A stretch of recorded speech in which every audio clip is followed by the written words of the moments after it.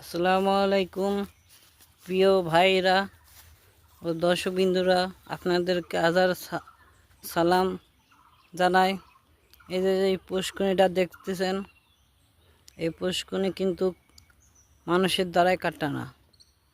যে প্রাচীন আগের মুরব্বীদের কাছে কথা শুনে আসছি, এটা জেনপুরীর দ্বারাই কাটা। এই পুকুরটা প্রায় 5 বিঘার উপরে আছে। এক রাত্রে ওর এই পুকুর কাটছে, এটা মুরব্বীদের কথা। পুকুরটার এরিয়া দেখছেন, ও একবারে বহুত দূর।